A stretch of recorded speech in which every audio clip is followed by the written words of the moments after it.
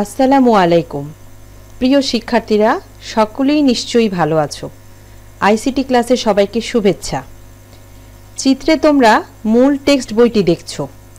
আজকের পাঠ নবম দশম শ্রেণীর তথ্য ও যোগাযোগ প্রযুক্তির প্রথম অধ্যায়, তথ্য ও যোগাযোগ প্রযুক্তি এবং আমাদের বাংলাদেশ। তোমরা সূচিপত্রে তা দেখতে পাচ্ছ। এই পুরো অধ্যায়টি আজকে আমি তোমাদের পড়ে শোনাবো।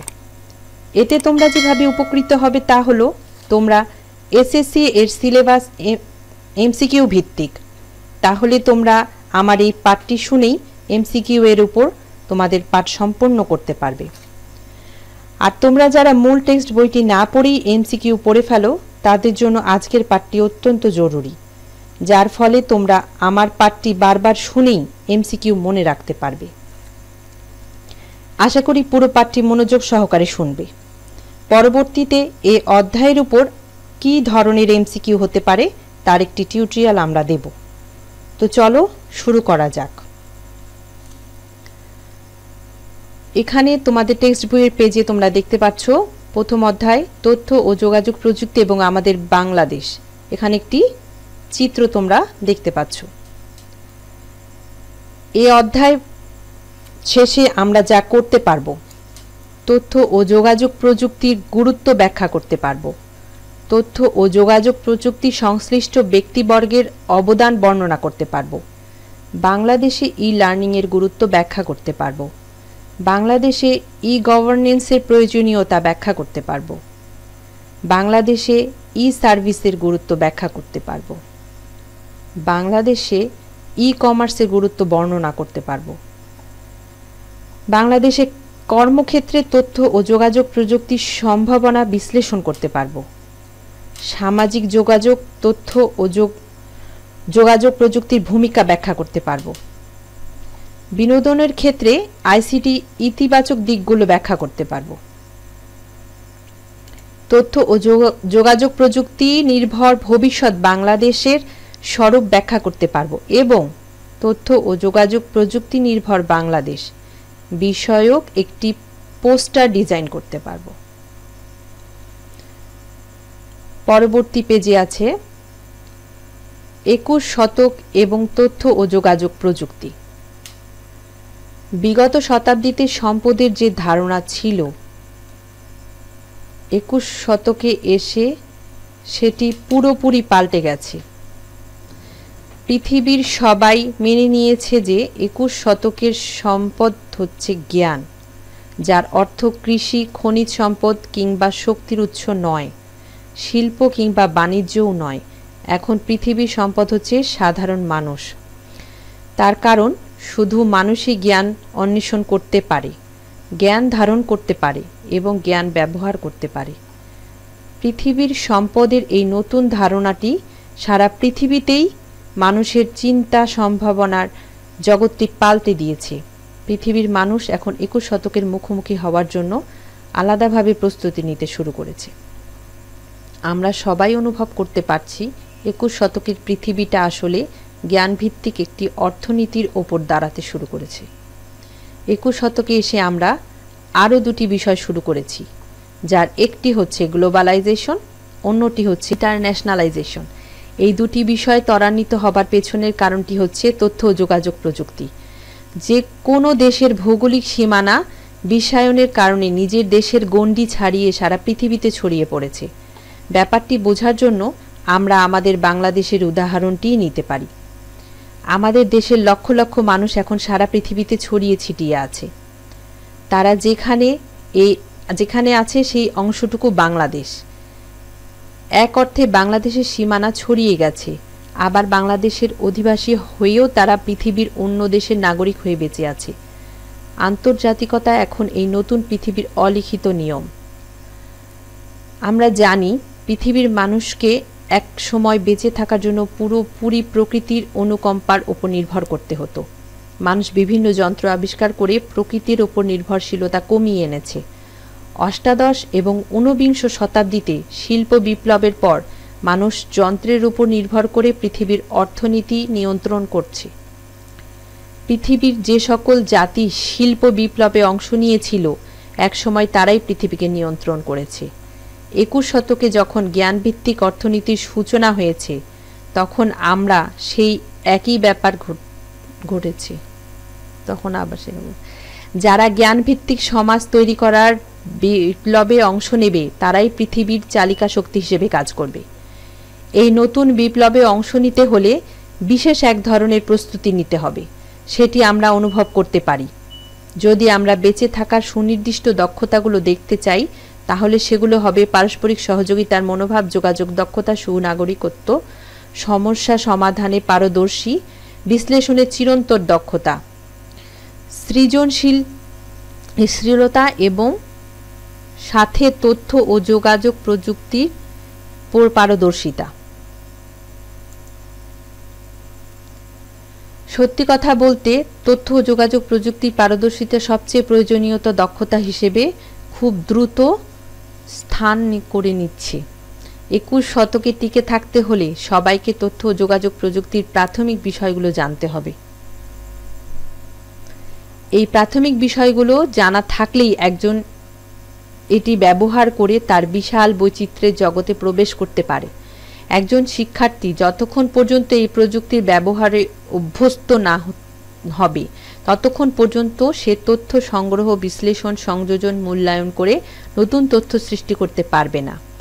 এই দক্ষতা অর্জন করতে না পারলে সে 21 শতকের চ্যালেঞ্জ মোকাবিলা করে জ্ঞানভিত্তিক সমাজ স্থান করে নিতে পারবে না।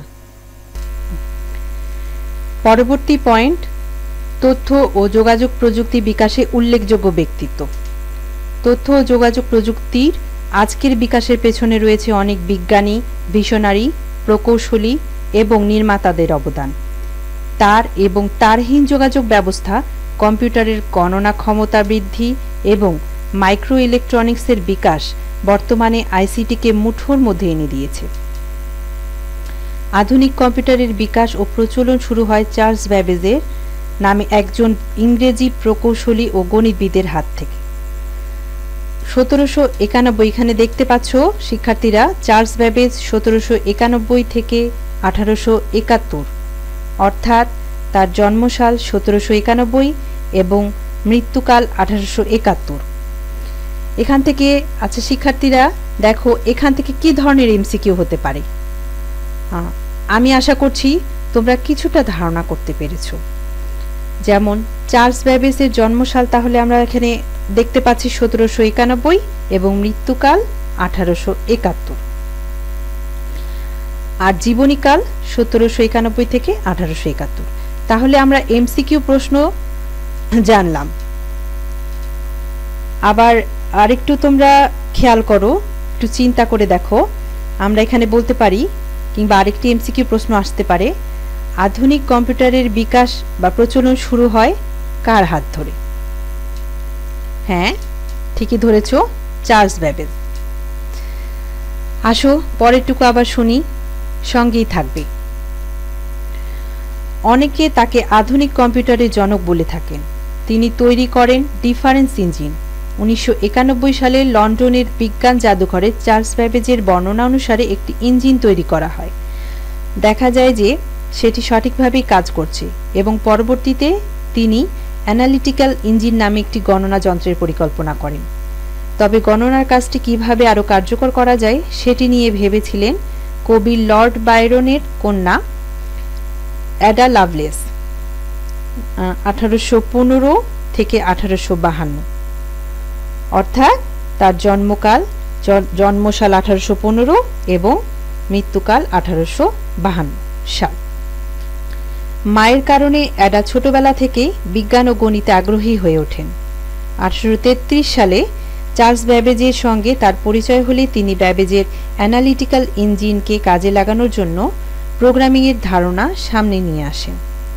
এ কারণে অ্যাডা লাভলেসকে প্রোগ্রামিং ধারণার প্রবর্তক হিসেবে সম্মানিত করা হয়।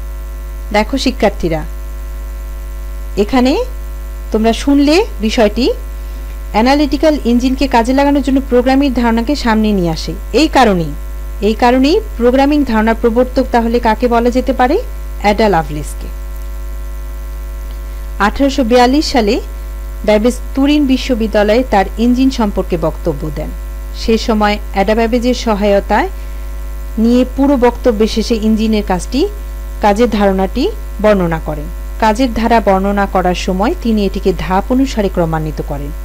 অ্যাডার মৃত্যুর 100 বছর পর 1953 সালে সেই নোট আবারও প্রকাশিত হলে বিজ্ঞানীরা বুঝতে পারেন অ্যাডা লাভলেসকেই অ্যালগরিদম প্রোগ্রামিং এর ধারণাটা আসলে প্রকাশ করেছিলেন।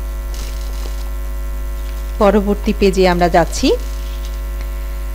ব্যাবেজ আর অ্যাডার এই কার্যক্রমের পাশাপাশি সে সময় পদার্থবিজ্ঞানে গুরুত্বপূর্ণ অগ্রগতি সাধিত হয়। বিজ্ঞানী জেমস ক্লার্ক ম্যাক্সওয়েল 1831 থেকে 1879 তড়িৎ চৌম্বকীয় বলের ধারণা প্রকাশ করেন, যা বিনা তারে বার্তা প্রেরণের একটি সম্ভাবনাকে তুলে ধরে। এখানেও আমরা একটি সাল পেলাম, জেমস ক্লার্ক ম্যাক্সওয়েল, তার জন্মসাল 1831 এবং মৃত্যুকাল 1879। বিনা তারে এক স্থান থেকে অন্য স্থানে বার্তা প্রেরণের প্রথম সফল হন বাঙালি বিজ্ঞানী জগদীশ চন্দ্র বসু 1858 সাল থেকে 1937 সাল। জগদীশ চন্দ্র বসু আমরা দেখতে পাচ্ছি উনি জন্মগ্রহণ করেছিলেন 1858 সালে এবং মৃত্যুবরণ করেছেন 1937 সালে। শিক্ষার্থীরা তোমরা খুব ভালোভাবে বুঝতে পারছো, আমরা এই পাঠটুকু থেকে বেশ কিছু সাল পেয়ে গেলাম। সালগুলো মনে রাখা তোমাদের জন্য একটু কষ্টকর, তবে তোমরা যদি বারবার আমার এই পাঠটি শোনো, হেডফোন লাগিয়ে শোনো, তাহলে এই সালগুলো মনে রাখা তোমাদের জন্য খুব সহজ হবে। 1895 সালে জগদীশ চন্দ্র বসু অতি ক্ষুদ্র তরঙ্গ ব্যবহার করে এক স্থান থেকে অন্য স্থানে তথ্য প্রেরণে সক্ষম হন, কিন্তু তার এই আবিষ্কার প্রকাশিত না হওয়ায় সার্বজনীন স্বীকৃতি পায়নি।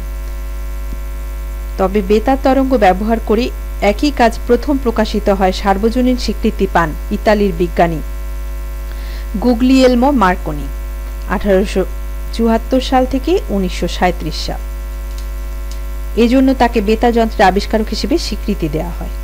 20 শতকে ইলেকট্রনিক্সের বিকাশের পর প্রথম IBM company main frame computer তৈরি করে। পর্যায়ক্রমে 1971 সালে মাইক্রোপ্রসেসর আবিষ্কৃত হলে সাশ্রয়ী কম্পিউটার তৈরির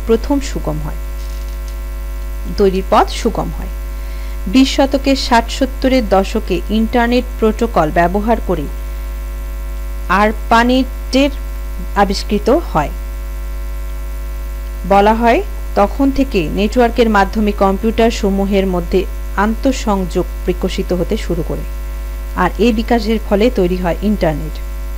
1971 সালে আরপানেটের ইলেকট্রনিক মাধ্যমে পত্রালাপের সূচনা করেন American programmer Raymond Samuel Tomlinson. তিনি প্রথম ইমেইল সিস্টেম চালু করেন। তাহলে আমরা এখান থেকে দেখো শিক্ষার্থীরা, আমরা এখান থেকে এই পাঠে আমরা শিখে নিলাম প্রথম ইমেইল সিস্টেম চালু করেন কে? Raymond Samuel Tomlinson. তোমরা এখান থেকে আরেকটি এমসিকিউ শিখে নিলে। মাইক্রোপ্রসেসরের আবির্ভাবের পর বিশেষ করে যুক্তরাষ্ট্র জুড়ে সেটি ব্যবহার করেন পার্সোনাল কম্পিউটার তৈরির কাজ শুরু হয়। স্টিভ জবস 1955 সাল থেকে 2011 ও তার দুই বন্ধু স্টিভ জজনিয়াক ও রোনাল্ড ওয়েনে 1976 সালের 1 এপ্রিল অ্যাপল কম্পিউটার নামে একটি প্রতিষ্ঠান চালু করেন। প্রতিষ্ঠানটি বর্তমানে বিশ্বের অন্যতম বৃহৎ প্রতিষ্ঠান, এটা তোমরা অনেকেই জানো। অ্যাপলের হাতেই পার্সোনাল কম্পিউটারের নানান পর্যায়ে বিকশিত হয়েছে। অন্যদিকে 1981 সালে আইবিএম কোম্পানি তাদের বানানো পার্সোনাল কম্পিউটার অপারেটিং সিস্টেম তৈরি করার জন্য উইলিয়াম হেনরি বিল গেটস, জন্ম অক্টোবর 28, 1955 সালে 28 অক্টোবর উনি জন্মগ্রহণ করেন ও তার বন্ধুদের প্রতিষ্ঠান মাইক্রোসফটকে দায়িত্ব দেয়। বিকশিত হয় MS DOS এবং উইন্ডোজ অপারেটিং সিস্টেম। বর্তমানে পৃথিবীর অধিকাংশ কম্পিউটার পরিচালিত হয় বিল গেটস প্রতিষ্ঠিত মাইক্রোসফট কোম্পানির অপারেটিং সিস্টেম সফটওয়্যার দিয়ে। ইন্টারনেটের বিকাশকালে 1989 সালে একজন ব্রিটিশ কম্পিউটার বিজ্ঞানী হাইপারটেক্সট ট্রান্সফার প্রোটোকল, যেটাকে সংক্ষেপে বলা হয় HTTP, তোমরা নেট ব্যবহারের ক্ষেত্রে এটা দেখে থাকো ব্যবহার করে তথ্য ব্যবস্থাপনার প্রস্তাব করেন এবং তা বাস্তবায়ন করেন। সেই থেকে স্যার টিমোথ জন টিম বার্নার্স-লি, জন্ম 8 June 1955, world wide web WWW সংক্ষেপে জনক হিসেবে পরিচিত। নেটওয়ার্ক প্রযুক্তির বিকাশের ফলে বিশ্বের নানান দেশের মধ্যে ইন্টারনেট বিস্তৃত হয়। ইন্টারনেটকে কেন্দ্র করে একটি শক্তিশালী অর্থনৈতিক ব্যবস্থা গড়ে ওঠে এবং বিকশিত হয় বিভিন্ন ধরনের অ্যাপ্লিকেশন সফটওয়্যার। বর্তমান পৃথিবীর সবচেয়ে জনপ্রিয় সামাজিক যোগাযোগ মাধ্যমের নাম ফেসবুক। হার্ভার্ড বিশ্ববিদ্যালয়ের শিক্ষার্থী মার্ক জুকারবার্গ, জন্ম 14 মে 1984, ও তার 4 বন্ধুর হাতে সূচিত হয় ফেসবুকের। শুরুতে এটি কেবল বিশ্ববিদ্যালয়ের শিক্ষার্থীদের মধ্যে আবদ্ধ থাকলেও মার্চ 2015 এর পরিসংখ্যান অনুযায়ী বিশ্বের প্রায় 1415 মিলিয়ন ব্যবহারকারী ফেসবুক ব্যবহার করেন। এই সংখ্যা প্রতিদিনই বাড়ছে। আমাদের বাংলাদেশে অনেকেই সামাজিক যোগাযোগের মাধ্যম হিসেবে এখন ফেসবুক ব্যবহার করেন। তো শিক্ষার্থীরা, তোমরা লক্ষ্য করছো ই লার্নিং ও বাংলাদেশ, এই বিষয়ে আমি এখন তোমাদের পড়ে শোনাচ্ছি, তোমরা মনোযোগ সহকারে শুনবে। ই লার্নিং ও বাংলাদেশ পৃথিবীতে জ্ঞান অর্জনের একটা সুনির্দিষ্ট পদ্ধতি দীর্ঘদিন থেকে মোটামুটিভাবে একইভাবে কাজ করে আসছিল। তথ্য প্রযুক্তির উন্নতি হওয়ার পর প্রথমবার সেই পদ্ধতির এক ধরনের পরিবর্তন হতে শুরু করেছে এবং ই লার্নিং নামে নতুন কিছু শব্দের সাথে আমরা পরিচিত হতে শুরু করেছি।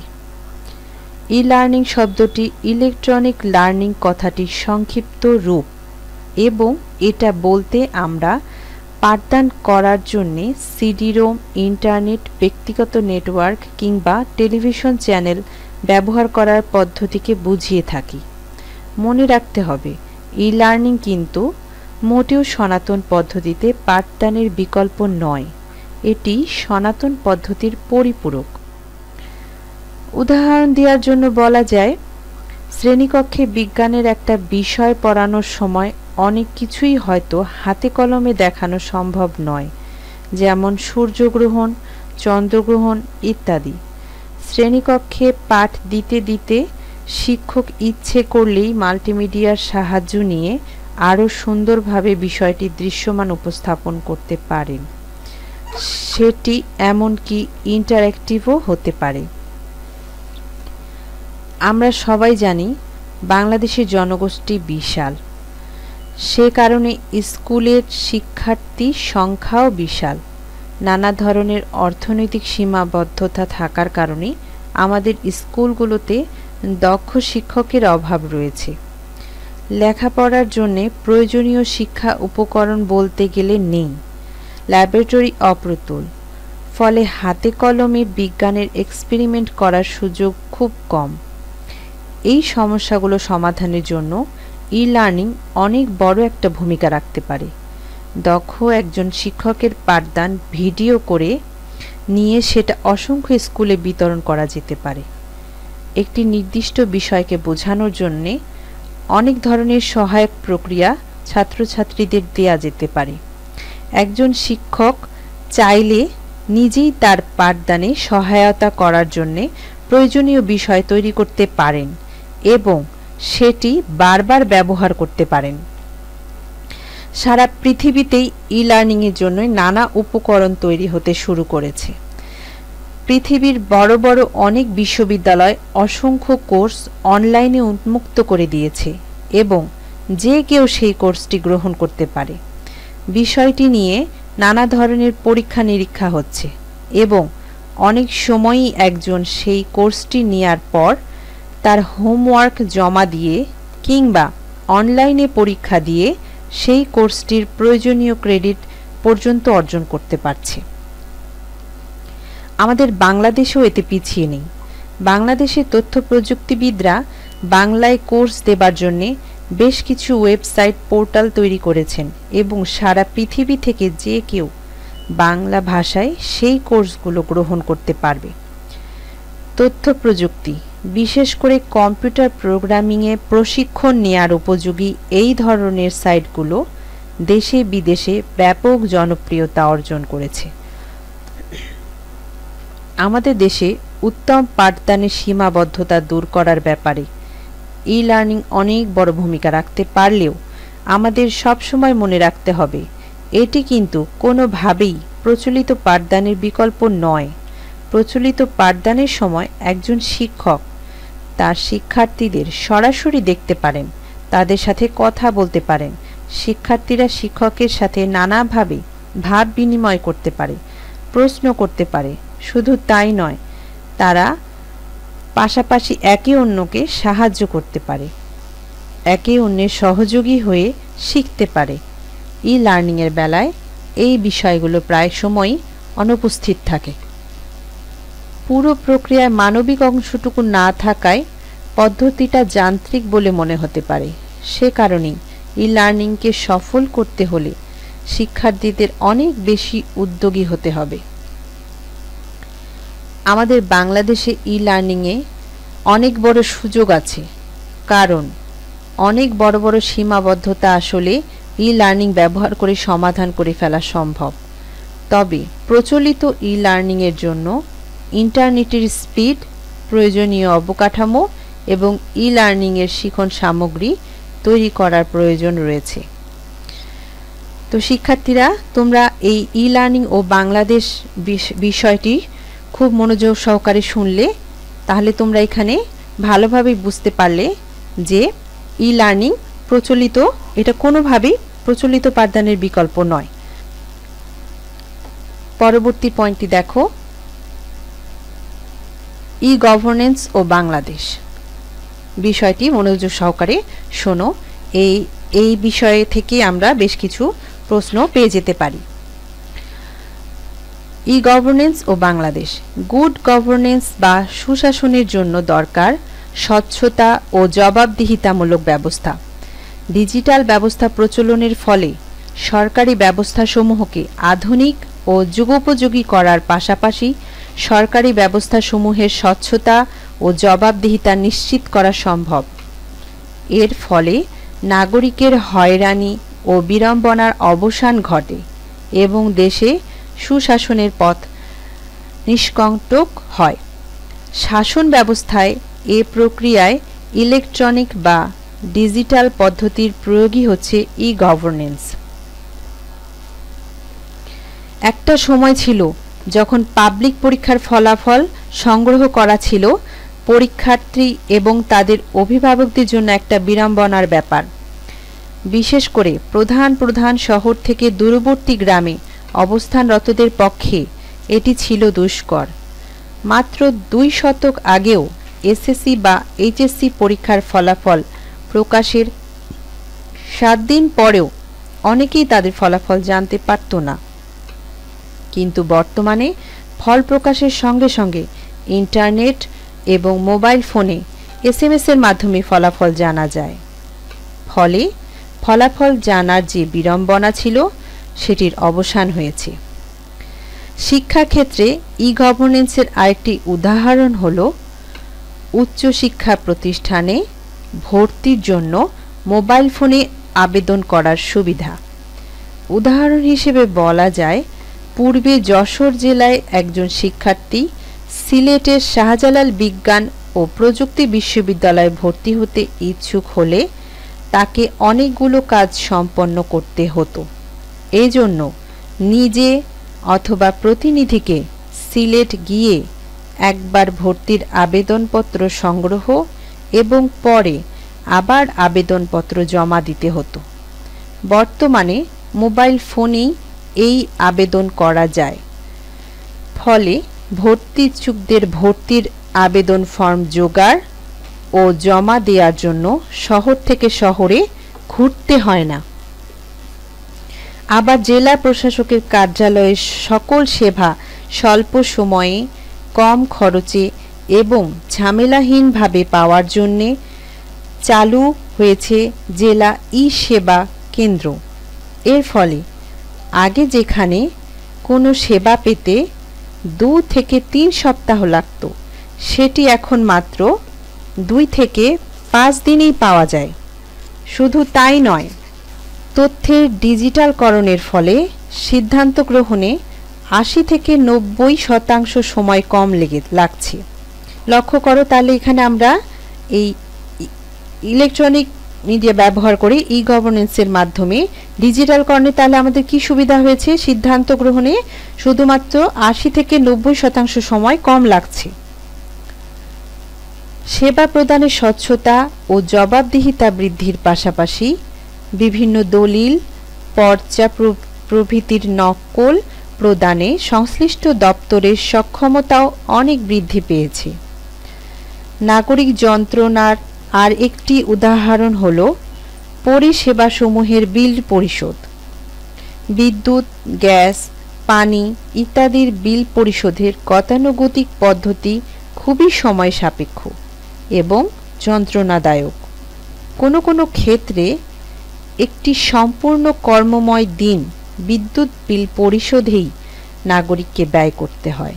কিন্তু বর্তমানে মোবাইল ফোন কিংবা অনলাইনে এই বিল পরিশোধ করা যায়।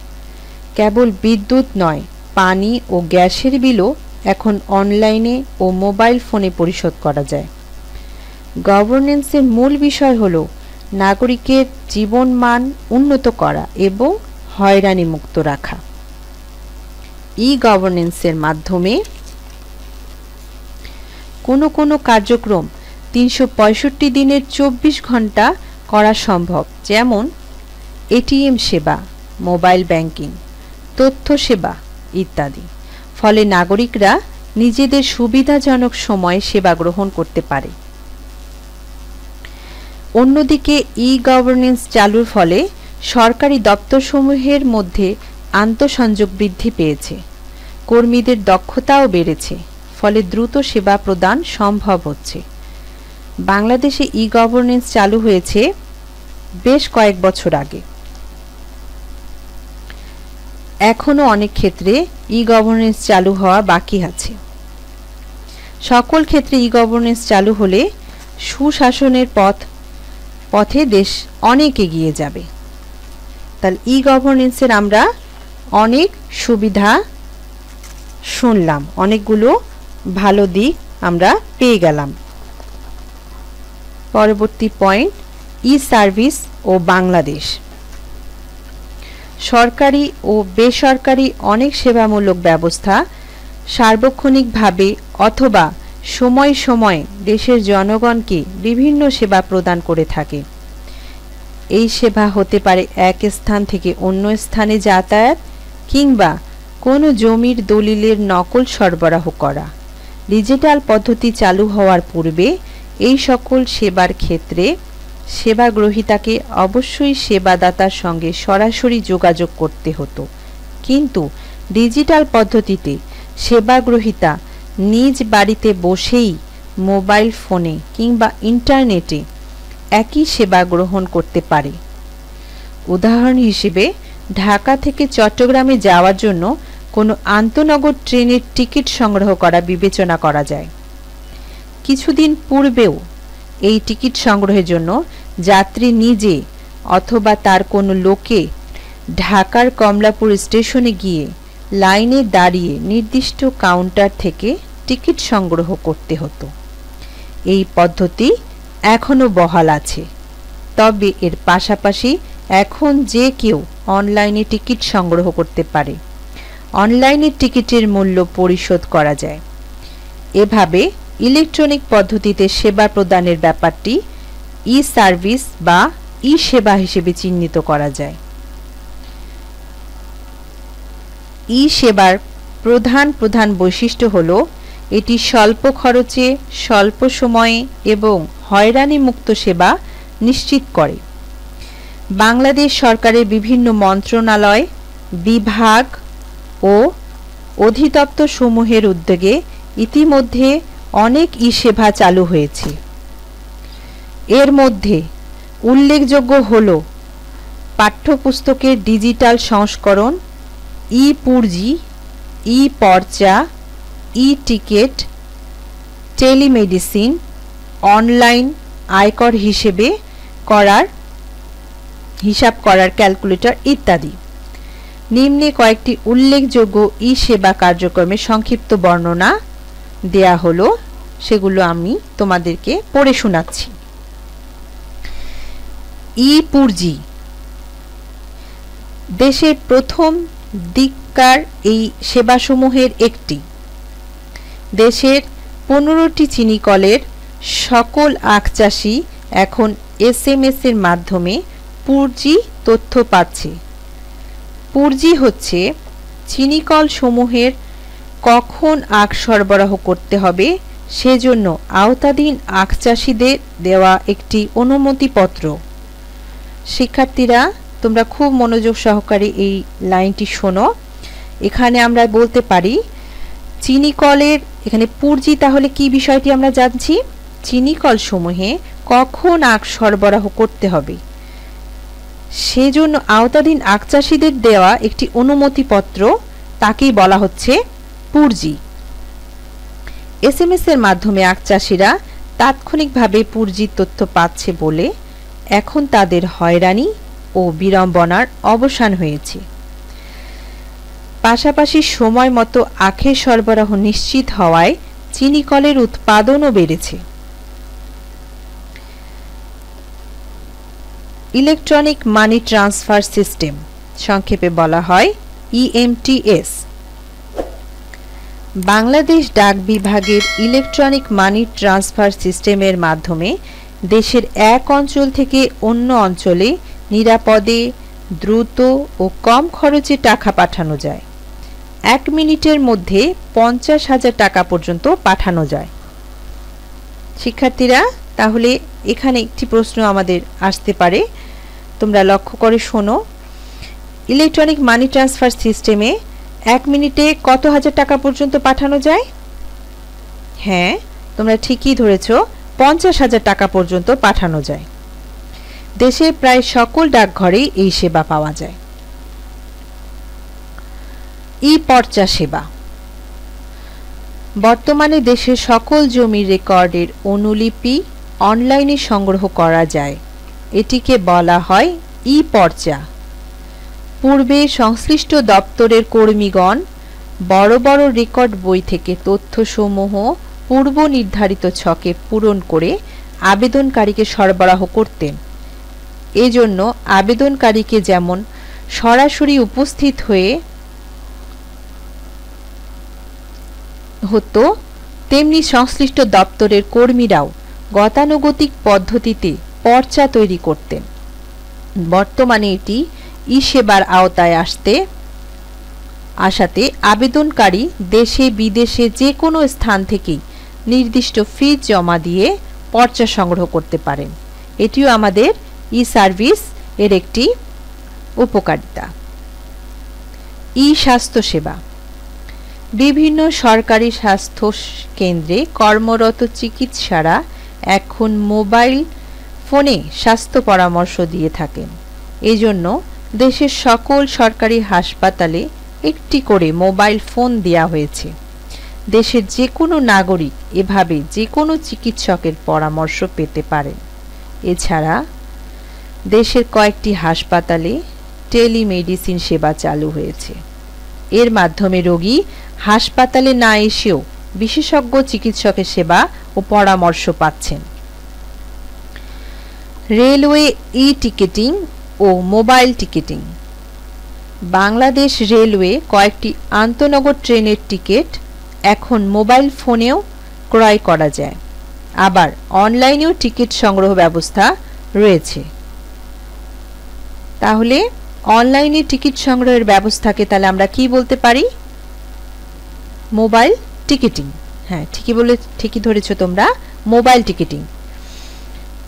অনলাইনে টিকিট সংগ্রহের ব্যবস্থাকে বলা হয়ে থাকে মোবাইল টিকিটিং। ফলে নিজের সুবিধামতো সময় রেল স্টেশনে না গিয়েও নির্দিষ্ট গন্তব্যে টিকিট সংগ্রহ সম্ভব হচ্ছে। মোবাইল ফোন বা অনলাইনে টিকিট সংগ্রহ করা হলে ট্রেন ছাড়ার অল্প সময় পূর্বে যাত্রীকে স্টেশনে যেতে হয় এবং মোবাইল ফোন বা অনলাইনে প্রাপ্ত গোপন নম্বর প্রদর্শন করে সেখানে নির্ধারিত কাউন্টার থেকে যাত্রার টিকিট সংগ্রহ করে নিতে হয়। শিক্ষার্থীরা তোমরা লক্ষ্য করো, এতক্ষণ আমরা আলোচনা করলাম ই সার্ভিস ও বাংলাদেশ। এখন আমরা আলোচনা করব ই কমার্স ও বাংলাদেশ। ই কমার্স বিষয়টি তোমরা খুব মনোযোগ সহকারে শোনো। এখান থেকেও আমরা বেশ কিছু এমসিকিউ পেয়ে যেতে পারি। ই কমার্স ও বাংলাদেশ। একটি দেশের বিকাশ ও কর্মসংস্থানের ক্ষেত্রে বাণিজ্যের কোনো বিকল্প নেই। ডিজিটাল প্রযুক্তির বিকাশ, ইন্টারনেটের উদ্ভব ও বিকাশ এবং কাগজের মুদ্রার বাইরেও ইলেকট্রনিক বিনিময় প্রথা চালু হবার ফলে বাণিজ্যেরও একটি বিশেষ পরিবর্তন হয়েছে। এখন ইলেকট্রনিক মাধ্যমেও বাণিজ্য করা যায়, যার প্রচলিত নাম ই কমার্স বা ই বাণিজ্য।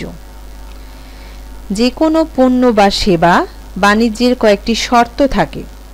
প্রথমত, বিক্রেতার কাছে পণ্য থাকা। দ্বিতীয়ত, ক্রেতা কর্তৃক তার বিনিময় মূল্য পরিশোধ করা। এর প্রধান পদ্ধতি হল বিক্রেতার সঙ্গে ক্রেতার সরাসরি যোগাযোগ। কিন্তু ইন্টারনেটের যুগে একজন বিক্রেতা তার পণ্যের ছবি, ভিডিও দিয়ে ইন্টারনেটে তার দোকানটি খুলে বসতে পারেন। এই জন্য তার প্রতিষ্ঠানের একটি ওয়েবসাইট চালু করতে হয়। ক্রেতা অনলাইনে তার পছন্দের পণ্যটি পছন্দ করেন এবং মূল্য পরিশোধ করেন। দেশে বর্তমানে বিভিন্ন ডেবিট বা ক্রেডিট কার্ডের মাধ্যমে এই মূল্য পরিশোধের সুযোগ রয়েছে। এছাড়া মোবাইল ব্যাংকিংয়ের মাধ্যমেও মূল্য পরিশোধ করা যায়।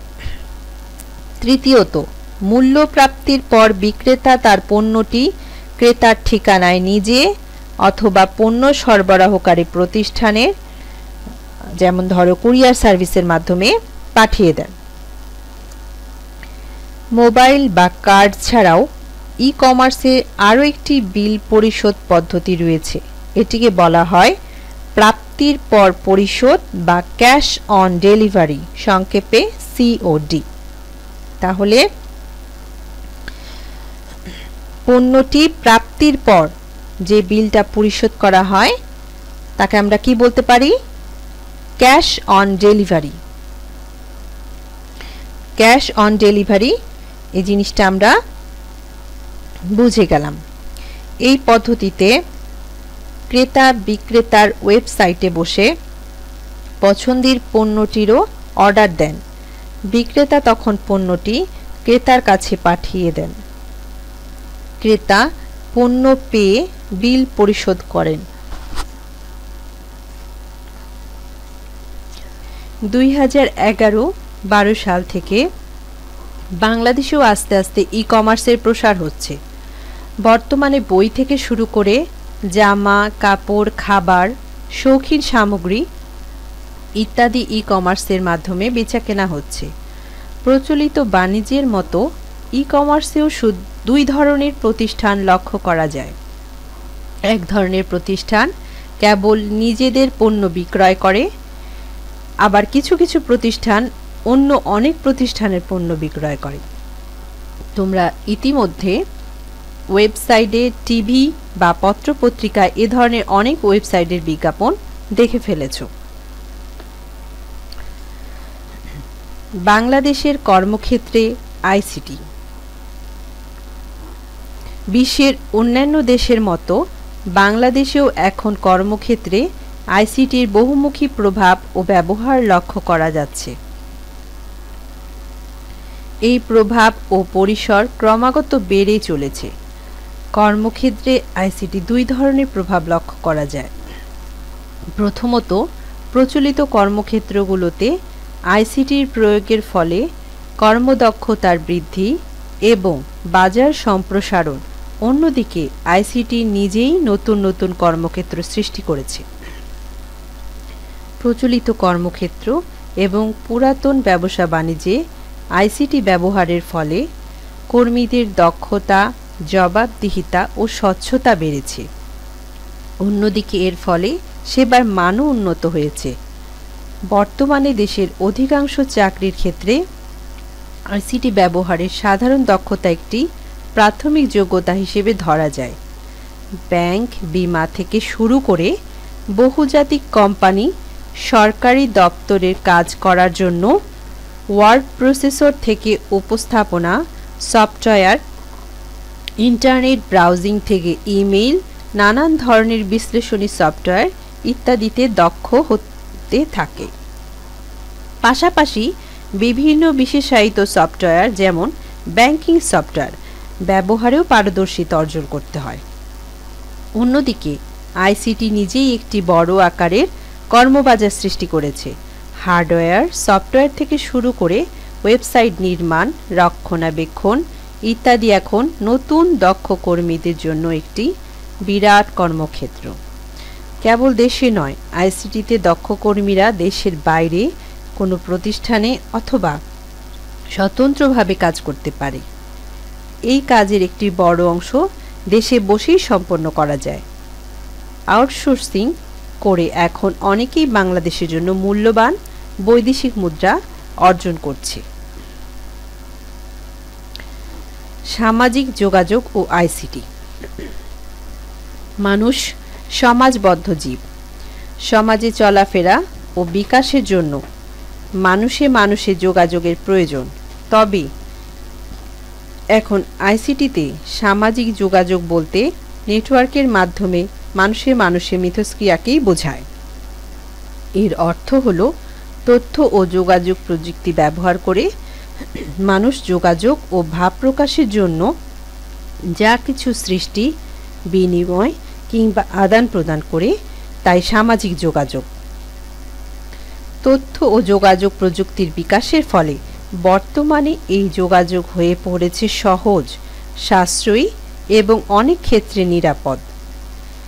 ইন্টারনেটের ব্যবহার, ইমেইল, মোবাইল ফোন ও মেসেজিং সিস্টেম, ব্লগিং এবং সামাজিক যোগাযোগ প্ল্যাটফর্ম সমূহ ব্যবহার করে বর্তমানে আইসিটি ভিত্তিক সামাজিক যোগাযোগ অনেকাংশেই সহজ। ইন্টারনেটে গড়ে উঠেছে অনেক প্ল্যাটফর্ম যা সামাজিক যোগাযোগ মাধ্যম হিসেবে পরিচিত।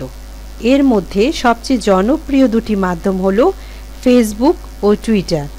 এটা তো তোমরা জানোই, এখন ভালোভাবে বিষয়টি বুঝতে পারবে।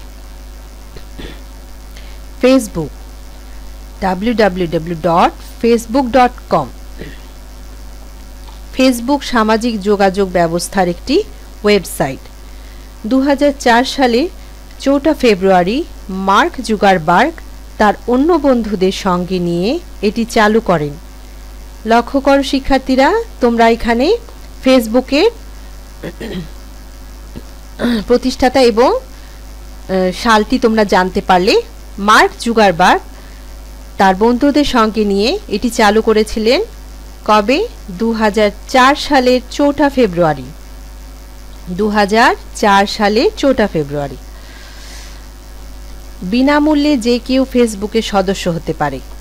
ব্যবহারকারীগণ বন্ধু সংযোজন, বার্তা প্রেরণ এবং তাদের ব্যক্তিগত তথ্যাবলী প্রকাশ, আদান প্রদান ও হালনাগাদ করতে পারেন। এছাড়া এতে অডিও ও ভিডিও প্রকাশ করা যায়। ফেসবুকে যে কোনো প্রতিষ্ঠান তাদের নিজস্ব পেজ যেমন খুলতে পারে, তেমনি সমমনা বন্ধুরা মিলে চালু করতে পারে কোনো গ্রুপ। www.statistica.com এর রিপোর্ট মার্চ 2015 অনুযায়ী বিশ্বে ফেসবুক ব্যবহারকারীর সংখ্যা 1415 মিলিয়ন। তাহলে সর্বোচ্চ যোগাযোগের মাধ্যম তাহলে আমরা কি দেখতে পাচ্ছি এখানে? ফেসবুক। Twitter www.twitter.com। টুইটারও একটি সামাজিক যোগাযোগ ব্যবস্থা, তবে ফেসবুকের সঙ্গে এর একটি মৌলিক পার্থক্য রয়েছে। এটিতে ব্যবহারকারীদের সর্বোচ্চ 140 ক্যারেক্টার এর সঙ্গে তাদের মনোভাব প্রকাশ ও আদান প্রদান করতে হয়। এজন্য এটিকে মাইক্রো ব্লগিংয়ের একটি ওয়েবসাইটও বলা যায়। 140 অক্ষরের এই বার্তাকে বলা হয় টুইট। টুইটারের সদস্যদের টুইট বার্তাগুলো তাদের প্রোফাইলে পাতায় দেখা যায়। টুইটারের সদস্যরা অন্য সদস্যদের টুইট পড়ার জন্য সেই সদস্যকে অনুসরণ বা ফলো করতে পারেন। কোনো সদস্যকে যারা অনুসরণ করে তাদেরকে বলা হয় ফলোয়ার বা অনুসারী। বিনোদন ও আইসিটি। তথ্য ও যোগাযোগ প্রযুক্তির উন্নয়নের সাথে বিনোদনের জগতে একটা নতুন দিক উন্মোচিত হয়েছে। এটি ঘটেছে দুইভাবে। প্রথমত, বিনোদনটি কিভাবে মানুষ গ্রহণ করবে সেই প্রক্রিয়াটিতে একটা মৌলিক পরিবর্তন হয়েছে। দ্বিতীয়ত, বিনোদনের ভিন্ন ভিন্ন মাধ্যমগুলোতে একটা গুণগত পরিবর্তন হয়েছে। দেখা যাক বিনোদন গ্রহণের প্রক্রিয়ায় পরিবর্তনটি কিভাবে ঘটেছে। একটা সময় ছিল যখন বিনোদনের জন্য মানুষকে ঘরের বাইরে যেতে হতো, সিনেমা দেখতে হলে সিনেমা হলে যেতে হতো, খেলা দেখতে হলে খেলার মাঠে যেতে হতো, গান শুনতে হলে গানের জলসায় যেতে হতো। এখন এ ধরনের বিনোদনের জন্য মানুষের আর ঘর থেকে বের হতে হয় না। প্রথমে রেডিও, তারপর টেলিভিশন এসেছে, তারপর এসেছে কম্পিউটার। এক সময় কম্পিউটার সংযুক্ত হয়েছে ইন্টারনেটের সাথে। আমরা আবিষ্কার করেছি একজন মানুষ 4 দেয়ালের ভেতরে আবদ্ধ থেকেই পৃথিবীর প্রায় সব ধরনের বিনোদন উপভোগ করতে পারে। প্রথম যখন কম্পিউটার আবিষ্কার হয়েছিল তখন তার মূল কাজ ছিল কম্পিউট বা হিসাব করা। শুধু বড় বড় প্রতিষ্ঠান বা সরকার একটা কম্পিউটারের মালিক হতে পারত। প্রযুক্তির উন্নতির সাথে সাথে কম্পিউটার সহজলভ্য হয়ে এসেছে এবং একসময় মানুষ তার নিজের ব্যক্তিগত কাজের জন্য কম্পিউটার ব্যবহার করতে শুরু করেছে। কম্পিউটার যখন শক্তিশালী হয়েছে তখন এটি শুধু লেখালেখি বা হিসাব নিকাশের জন্য ব্যবহৃত না হয়ে ধীরে ধীরে বিনোদনের জন্য ব্যবহৃত হতে শুরু করেছে। এখন সাধারণ মানুষ কম্পিউটারকে সম্ভবত সবচেয়ে বেশি ব্যবহার করে বিনোদনের জন্য। গান, চলচ্চিত্র, আলোকচিত্র সবকিছুই এখন কম্পিউটার দিয়ে করা যায়। তথ্য প্রযুক্তির কারণে বিনোদন গ্রহণের প্রক্রিয়াটিতে যেরকম পরিবর্তন এসেছে ঠিক সেরকম পরিবর্তন এসেছে বিনোদনের বিষয়গুলোতে। সঙ্গীতকে ডিজিটাল রূপ দেওয়ায় এখন আমরা কম্পিউটারে গান শুনতে পারি। ঠিক একইভাবে আমরা ভিডিও বা চলচ্চিত্র দেখতে পারি। সিডি রোম কিংবা ডিভিডি বের হওয়ার পর সেখানে বিশাল পরিমাণের তথ্য রাখা সম্ভবপর হয়েছে। সিনেমা হলে না গিয়ে ঘরে বসে কম্পিউটার কিংবা টেলিভিশনে ডিভিডি থেকে চলচ্চিত্র দেখা এখন খুবই সাধারণ একটা বিষয়। ফাইবার অপটিক নেটওয়ার্ক বসানোর পর দ্রুতগতির ইন্টারনেট সহজলভ্য হতে শুরু করেছে। কাজেই এখন একজনকে আর গান শোনার জন্য কিংবা চলচ্চিত্র দেখার জন্যে অডিও সিডি বা ডিভিডির উপর নির্ভর করতে হয় না। ইন্টারনেট ব্যবহার করে সরাসরি গান বা চলচ্চিত্র উপভোগ করা সম্ভব হচ্ছে। শুধু তাই নয়, রেডিও বা টেলিভিশন চ্যানেলগুলো এখন ইন্টারনেট ব্যবহার করে শোনা ও দেখা যায় এবং সেগুলো অনেক সময় রেকর্ড করা থাকে বলে কাউকে আর কোনো কিছুর জন্য নির্দিষ্ট সময় অপেক্ষা করতে হয় না। যখন যেটি দেখার ইচ্ছে করে তখন সেটা দেখতে পারেন। তথ্য প্রযুক্তি উন্নত হবার পর নতুন কিছু বিনোদনের জন্ম হয়েছে যেটি আগে উপভোগ করা সম্ভব ছিল না। তার একটি হচ্ছে কম্পিউটার গেম। সারা পৃথিবীতে এখন কম্পিউটার গেমের বিশাল শিল্প তৈরি হয়েছে এবং নানা ধরনের কম্পিউটার গেমের জন্ম হয়েছে। কম্পিউটার গেমের ব্যাপক জনপ্রিয়তা দেখেই আমরা আন্দাজ করতে পারি এটি বিনোদনের অত্যন্ত সফল একটি মাধ্যম। এর সাফল্যের প্রধান একটি কারণ হচ্ছে এটি ছোট শিশু থেকে প্রাপ্তবয়স্ক একজন মানুষ সবাইকেই তার নিজের রুচি মাফিক আনন্দ দিতে পারে। একজন আরেকজনের সাথে কম্পিউটার গেম খেলতে পারে, কম্পিউটারের সাথে খেলতে পারে, এমনকি নেটওয়ার্ক ব্যবহার করে বাইরে কারো সাথেও খেলতে পারে। সত্যি কথা বলতে কি, অনেক ক্ষেত্রেই এই বিনোদন উপভোগের তীব্রতা এত বেশি হতে পারে যে এটি এক ধরনের আসক্তির জন্ম দিতে পারে, এবং সে কারণে কম্পিউটার গেম উপভোগ করার ব্যাপারে সারা পৃথিবীতেই সবাইকে সতর্ক থাকার কথা বলা হচ্ছে। তথ্য প্রযুক্তি বিনোদন সৃষ্টির ব্যাপারেও এক ধরনের বড় ভূমিকা রেখেছে। অ্যানিমেশন বা কার্টুন তৈরি করা একসময় অনেক কঠিন একটা বিষয় ছিল। তথ্য প্রযুক্তি এবং শক্তিশালী কম্পিউটারের কারণে এখন এটি অনেক সহজ হয়ে গেছে। শুধু তাই নয়, সৃষ্টিশীল মানুষের সৃজনশীলতার কারণে সম্পূর্ণ নতুন এক ধরনের ব্যাপার ঘটতে শুরু করেছে। সত্যিকারের অভিনেতা অভিনেত্রী ছাড়াই গ্রাফিক্স নির্ভর চলচ্চিত্রে ডিজিটাল অভিনেতা অভিনেত্রীর জন্ম হতে শুরু করেছে। বিখ্যাত ব্যবসা সফল চলচ্চিত্রে কাল্পনিক প্রাণী, ডাইনোসর কিংবা ভিন্ন জগতের প্রাণী তৈরি করার জন্যে শক্তিশালী কম্পিউটার ব্যবহার করা এখন অত্যন্ত সাধারণ একটি বিষয়। এক কথায় আমরা বলতে পারি, তথ্য প্রযুক্তির কারণে শুধু যে নতুন নতুন বিনোদনের জন্ম নিচ্ছে তাই নয়, সেটি বিনোদনগুলো এখন একেবারে সাধারণ মানুষের কাছেও পৌঁছে যাচ্ছে। সবচেয়ে বড় কথা, এটি মাত্র শুধু ভবিষ্যতে আইসিটি নির্ভর বিনোদন কোনো পর্যায়ে যাবে সেটি কল্পনা করাও অসম্ভব। এখন তোমরা শুনবে ডিজিটাল বাংলাদেশ। ডিজিটাল বাংলাদেশ বিষয়টি আমি তোমাদেরকে পড়ে শোনাচ্ছি। বর্তমান সরকার প্রথমবারের মতো 2021 সালের মধ্যে ডিজিটাল বাংলাদেশ গড়ে তোলার একটি পরিকল্পনা গ্রহণ করেছে। শিক্ষার্থীরা লক্ষ্য করো, তোমরা এখানে একটি সাল পেয়ে গেলে। কত সালের মধ্যে ডিজিটাল বাংলাদেশ গড়ার পরিকল্পনা গ্রহণ করা হচ্ছে? দেখো, 2021 সালের মধ্যে। একটা রক্তক্ষয়ী যুদ্ধের ভেতর দিয়ে 1971 সালে আমরা বাংলাদেশ স্বাধীনতা অর্জন করেছি। 2021 সালে তার অর্ধ শতাব্দী পূর্ণ হবে, এবং সে কারণে এই সময়ের ভেতরে আমাদের প্রিয় মাতৃভূমিকে একটি বিশেষ জায়গায় নেওয়ার একটি স্বপ্ন আমাদের সবাইকে স্পর্শ করেছিল।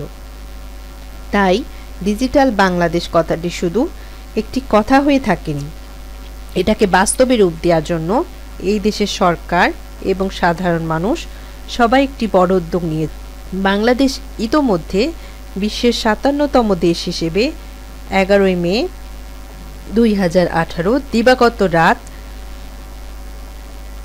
2:14 যুক্তরাষ্ট্রের কেনেডি মহাকাশ কেন্দ্র থেকে বঙ্গবন্ধু স্যাটেলাইট 1 মহাকাশে প্রেরণ করেছেন। তা একটি খেয়াল করো, 11 মে 2018 দিবাগত রাত 2:14। প্রথমেই আমাদের জানা দরকার অ্যানালগ ও ডিজিটাল কথাটি দিয়ে আমরা কি বোঝাই। পরিবর্তনশীল, বিচ্ছিন্ন ডাটাকে যখন সংকেতের মাধ্যমে প্রকাশ করা হয় তখন তাকে অ্যানালগ সংকেত বলে। উদাহরণস্বরূপ, আমাদের দৈনন্দিন তাপমাত্রায় কথা ধরা যাক। দিনের বিভিন্ন সময় বিভিন্ন ধরনের তাপমাত্রা অনুভূত হয়।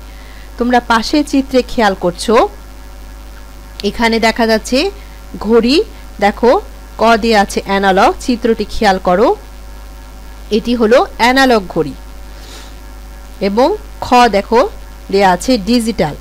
এখানে সময়টি আমরা বুঝতে পারছি, তাহলে এটি হলো ডিজিটাল ওয়াচ বা ডিজিটাল ঘড়ি, এবং এটি এখানে দেখা যাচ্ছে পাশে চিত্রে, দেখো সময়টি এখানে উঠছে। তাহলে তোমরা ডিজিটাল এবং অ্যানালগ বিষয়টি ভালোভাবে বুঝতে পারলে। এই অনুভূত তাপমাত্রাকে যখন সংকেত রূপে প্রকাশ করি তখন তাকে অ্যানালগ সংকেত বলে থাকি। সংকেত রূপে প্রকাশ করলে সেটি হবে অ্যানালগ। অ্যানালগ সংকেতের সাহায্যে আমরা নির্ভুল এবং সূক্ষ্ম তথ্য পাই না, প্রাপ্ত মানের তারতম্য থাকে। এই অ্যানালগ সংকেতকে নির্দিষ্ট পদ্ধতিতে দুইটি অবস্থার মাধ্যমে প্রকাশ করা যায়। এই অবস্থানগুলোকে অঙ্কের অর্থাৎ ডিজিট এর মাধ্যমে প্রকাশ করার ফলে অ্যানালগ সংকেতের তুলনায় আরও নির্ভুল এবং সূক্ষ্ম থেকে সূক্ষ্মতর তথ্য পাওয়া যায়। ডিজিটের মাধ্যমে সংকেত প্রকাশের জন্য ব্যবহৃত এই ধরনের সংকেতকে ডিজিটাল সংকেত বলা হয়। যেমন ধরো, কাঁটাযুক্ত ঘড়ি অ্যানালগ সংকেত প্রদর্শন করে, পক্ষান্তরে কাঁটাবিহীন ঘড়ি ডিজিটাল সংকেত প্রদর্শন করে, যেটি তোমরা কিছুক্ষণ আগে উপরে চিত্রেই লক্ষ্য করলে। তবে ডিজিটাল বাংলাদেশ কথাটি শুধু একটি কম্পিউটার প্রস্তুত দেশ হিসেবে ব্যবহার করা হয়নি, এটি আরও অনেক ব্যাপক। ডিজিটাল বাংলাদেশ বলতে আসলে তথ্য ও যোগাযোগ প্রযুক্তি ব্যবহার করে গড়ে তোলা আধুনিক বাংলাদেশ বোঝানো হয়। সব ধরনের প্রযুক্তি ব্যবহার করে এই দেশের শিক্ষা, স্বাস্থ্য, কর্মসংস্থান এবং দারিদ্র্য মোচনের অঙ্গীকার বাস্তবায়ন হচ্ছে ডিজিটাল বাংলাদেশের লক্ষ্য। এই লক্ষ্যে পৌঁছানোর জন্যে আমাদের পুরাতন মানসিকতার পরিবর্তন করে ইতিবাচক বাস্তবতা এবং উদ্ভাবনী চিন্তা করা খুব জরুরি। ডিজিটাল বাংলাদেশের পেছনের মূল কথাটি হচ্ছে দেশের মানুষের জন্য গণতন্ত্র, মানবাধিকার, স্বচ্ছতা, দায়বদ্ধতা এবং সুবিচার নিশ্চিত করা এবং সেগুলোর জন্যে প্রযুক্তির সর্বোচ্চ ব্যবহার করা। তার চূড়ান্ত লক্ষ্য হচ্ছে সকল শ্রেণীর সব ধরনের মানুষের জীবনের মান উন্নয়ন। ডিজিটাল বাংলাদেশ রূপকল্পের বাস্তবায়নের জন্য সরকার 4টি সুনির্দিষ্ট বিষয়কে গুরুত্ব দিয়েছে। সেগুলো হলো মানব সম্পদ উন্নয়ন, জনগণের সম্পৃক্ততা, সিভিল সার্ভিস এবং দৈনন্দিন জীবনে তথ্য প্রযুক্তির ব্যবহার। কয়টি বিষয়ের উপরে গুরুত্ব দিয়েছে শিক্ষার্থীরা? দেখো, 4টি বিষয়। পৃথিবীর অন্য অনেক দেশের তুলনায় বাংলাদেশ তথ্য প্রযুক্তি প্রসারের কাজটি শুরু করেছে দেরিতে, তাই অন্য অনেক দেশের তুলনায় বাংলাদেশ যথেষ্ট পিছিয়ে আছে। অতীতের তথ্য ও যোগাযোগ প্রযুক্তির গুরুত্ব যথাযথভাবে উপলব্ধি না করলেও বর্তমানে এটি অত্যন্ত গুরুত্ব পাচ্ছে। সাবমেরিন ক্যাবলের সাথে যুক্ত হওয়ায় আমাদের দেশে এখন দ্রুত গতির ইন্টারনেট সংযোগ প্রদান সম্ভব হচ্ছে। প্রযুক্তি প্রসারের একটি সুন্দর দিক রয়েছে, কোনো দেশ বা জাতি একটি নির্দিষ্ট প্রযুক্তিতে পিছিয়ে থাকলে সবসময় তাদের পিছিয়ে থাকতে হয় না। বড় বড় লাফ দিয়ে লিপফ্রগ অন্যদের ধরে ফেলা যায়। তাই বাংলাদেশ তার সর্বশক্তি দিয়ে সামনে এগিয়ে অন্য দেশের সমান হবার চেষ্টা করছে। সরকারের আগ্রহের কারণে দেশে তথ্য প্রযুক্তির অবকাঠামো গড়ে উঠতে শুরু করেছে। সারা দেশে ফাইবার অপটিক লাইন বসিয়ে প্রত্যন্ত অঞ্চল পর্যন্ত ইন্টারনেট সেবা দেওয়ার উদ্যোগ নেওয়া হয়েছে। মাত্র 1 থেকে 1.5 দশক আগেও এদেশে টেলিফোনের সংখ্যা ছিল নগণ্য। এখন নির্দ্বিধায় বলা যায় এই দেশের প্রত্যেকটি প্রাপ্তবয়স্ক মানুষের হাতের নাগালে ফোন রয়েছে। ইউনিয়ন পর্যায়ে ইনফরমেশন সার্ভিস সেন্টার খোলা হয়েছে। প্রত্যন্ত এলাকায় পোস্ট অফিসগুলোকে ই-সেন্টারে রূপান্তরিত করে মোবাইল মানি অর্ডারের সুযোগ করে দেয়া হয়েছে। ইউনিয়ন ইনফরমেশন সেন্টারের সাথে সাথে ডিস্ট্রিক্ট ইনফরমেশন সেল এবং ন্যাশনাল ইনফরমেশন সেল দেশের অবকাঠামোতে একটা বড় সংযোজন। মোবাইল টেলিফোন দিয়ে ভর্তি পরীক্ষার রেজিস্ট্রেশন, পাবলিক পরীক্ষার ফলাফল জানা কিংবা ট্রেনের টিকিট কেনার মতো কাজগুলো নিয়মিতভাবে করা হচ্ছে। স্কুল কলেজে তথ্য ও যোগাযোগ প্রযুক্তির পাঠ সংযোজন করা হয়েছে। এই বইটি তার প্রমাণ। দেশের কলেজ বিশ্ববিদ্যালয়ে কম্পিউটার সায়েন্স পড়ানো হচ্ছে। দেশের তরুণ প্রজন্ম বিভিন্ন সফটওয়্যার কোম্পানিতে যোগ দেওয়ার পাশাপাশি নিজের কোম্পানিও গড়ে তুলেছে এবং বিশাল সংখ্যক তরুণ-তরুণী ব্যক্তিগত পর্যায়ে আউটসোর্সিং করে দেশের অর্থনীতিকে মজবুত করেছে। 2018 সালের 12 মে তারিখটি আমাদের জন্য খুবই গুরুত্বপূর্ণ। এই দিনে বাংলাদেশ বিশ্বের 57তম রাষ্ট্র হিসেবে তার নিজস্ব স্যাটেলাইট বঙ্গবন্ধু স্যাটেলাইট 1 মহাকাশে প্রেরণ করে। এখানেও তোমরা একটি সাল পেয়ে গেলে। তাহলে বঙ্গবন্ধু স্যাটেলাইট 1 মহাকাশে প্রেরণ করা হয়, এর তারিখটি 2018 সালের 12 মে এবং এটি আমাদের বাংলাদেশ বিশ্বের 57তম রাষ্ট্র হিসেবে। এখান থেকে তোমরা দুটি এমসিকিউ পেয়ে যেতে পারো। এতে ডিজিটাল বাংলাদেশ বাস্তবায়নে দেশ আরও এক ধাপ এগিয়ে গেল।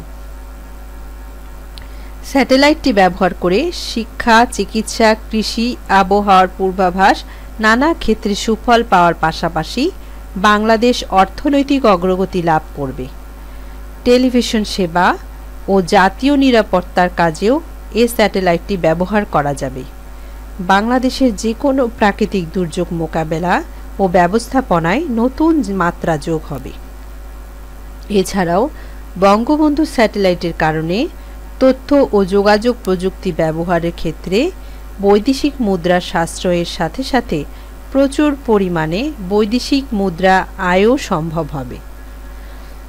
তথ্য প্রযুক্তির এই সাফল্য শুনে কেউ যেন মনে না করে আমরা ইতিমধ্যে আমাদের লক্ষ্যে পৌঁছে গেছি। এটি মোটেও সত্যি নয়। এই পথে আমাদের আরও দীর্ঘ পথ অতিক্রম করতে হবে। যেহেতু আমাদের দেশের বেশিরভাগ মানুষই গ্রামে থাকে, তাই ডিজিটাল বাংলাদেশ গড়ে তোলার প্রথম ধাপ হচ্ছে এই গ্রামীণ মানুষকে তথ্য ও যোগাযোগ প্রযুক্তি সেবার আওতায় নিয়ে আসা। সেজন্য এখনও বিশাল অবকাঠামো গড়ে তুলতে হবে। তথ্য প্রযুক্তির পুরো সুবিধা পেতে হলে এক্ষেত্রে দক্ষ জনশক্তির প্রয়োজন। স্কুল, কলেজ, বিশ্ববিদ্যালয়ে লেখাপড়া মান বাড়াতে হবে। আরও বেশি সংখ্যক শিক্ষার্থীকে তথ্য ও যোগাযোগ প্রযুক্তিতে দক্ষ করে গড়ে তুলতে হবে। ই-গভর্নেন্সের মাধ্যমে সকল কাজে স্বচ্ছতা নিশ্চিত করতে হবে। নতুন প্রজন্মকে তাদের উদ্ভাবনী ক্ষমতা কাজে লাগাতে উৎসাহী করতে হবে। বিশ্ববিদ্যালয় এবং তথ্য ও যোগাযোগ প্রযুক্তি শিল্পের মধ্যে সমন্বয় করতে হবে। তাহলেই আমরা প্রকৃত ডিজিটাল বাংলাদেশ গড়ে তুলতে পারব। এখানে তোমরা পরবর্তী পেজে দেখো অনুশীলনী। এখানে কিছু প্রশ্ন দেয়া রয়েছে, তোমরা এখানে প্রশ্নগুলো লক্ষ্য করো। লন্ডন বিজ্ঞান জাদুঘর যান্ত্রিকভাবে গণনা করতে সক্ষম ইঞ্জিন কত সালে তৈরি করা হয়? এখানে একটি এমসিকিউ তোমরা পেয়ে গেলে। এই পাঠটি তোমরা যদি মনোযোগ সহকারে শুনে থাকো তাহলে তোমরা এখান থেকে এই প্রশ্নের উত্তরটি সহজেই পেয়ে যাবে। পরবর্তী প্রশ্ন দেখো, কোন আবিষ্কারের ফলে আজকের পৃথিবীতে ঘরে বসেই অফিসের কাজ করা সম্ভব হচ্ছে? এটিও তোমরা এই পাঠটি থেকেই খুব ভালোভাবেই, পাঠটি যদি তোমরা বুঝে থাকো, সম্পূর্ণ পাঠটি যদি তোমরা খুব মনোযোগ সহকারে শোনো, এই সকল প্রশ্নের উত্তরগুলো তোমরা খুবই সহজেই পেয়ে যাবে এবং বলতে পারবে প্রশ্নটি পড়ার সাথে সাথেই। পরবর্তী প্রশ্ন, ফেসবুকের নির্মাতা কে? সরকারি কাজে তথ্য ও যোগাযোগ প্রযুক্তি ব্যবহারের ফলে স্বল্প সময়ে সরকারি সেবা পাওয়া যাবে, সরকারি সেবার মান উন্নত হবে, ছুটির দিনে অনেক সরকারি সেবা পাওয়া যাবে। নিচের কোনটি সঠিক? এই উত্তরটিও তোমরা এখান থেকে পেয়ে যাবে।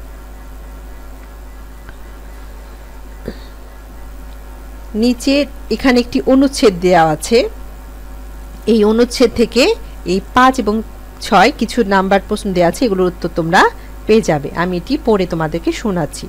সুমন সেন্ট মার্টিনে বেড়াতে যেয়ে অসুস্থ হয়ে গেলে ফোনে সে ঢাকায় একজন চিকিৎসকের সাথে যোগাযোগ করে। তিনি সুমনকে দ্রুত হাসপাতালে যেতে বলেন। পরে হাসপাতালের ডাক্তার ঢাকার বিশেষজ্ঞ ডাক্তারের পরামর্শ গ্রহণ করে সুমনের চিকিৎসার ব্যবস্থা করলেন।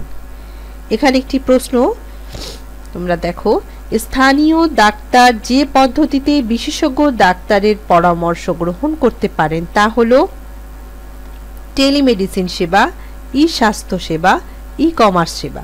নিচের কোনটি সঠিক? তোমরা খুব সহজেই, হ্যাঁ তোমরা ঠিকই ধরেছো, তোমরা খুব সহজেই অ্যান্সারটি বুঝতে পেরেছো। পরবর্তী প্রশ্ন, সুমনের চিকিৎসায় কোন প্রযুক্তিটির ভূমিকা প্রধান? ICT, robot, television, computer. পরবর্তী প্রশ্ন, কুড়িগ্রামের রৌমারী উপজেলায় যাদুর চর মিলন গ্রামে বসেই উচ্চশিক্ষা গ্রহণ করতে চায়। তথ্য ও যোগাযোগ প্রযুক্তি কিভাবে তাকে সাহায্য করতে পারে? এই উত্তরটিও তোমরা খুব সহজেই সুন্দরভাবেই লিখতে পারবে বা দিতে পারবে। বাংলাদেশের বেকার সমস্যা দূর করতে তথ্য যোগাযোগ প্রযুক্তি কি কি সম্ভাবনা সৃষ্টি করেছে বর্ণনা করো। এই সকল প্রশ্নের অ্যান্সারগুলো এখন তোমাদের কাছে খুবই সহজ। এই প্রশ্নগুলির উত্তর দেয়া তোমাদের কাছে খুব সহজ হয়ে যাবে। তো যদি তোমরা আমার পাঠটি বারবার করে শোনো, তোমরা হেডফোন লাগিয়ে বা আমার পাঠটি খুব বারবার করে শুনবে, তাহলে এই প্রশ্নগুলো তোমাদের কাছে, প্রশ্নের উত্তরগুলি দেওয়া তোমাদের কাছে খুব সহজ হবে। তো শিক্ষার্থীরা তোমরা ভালো থাকো। পরবর্তী ক্লাসে আবার তোমাদের সাথে আমার কথা হবে। ধন্যবাদ সকলকে।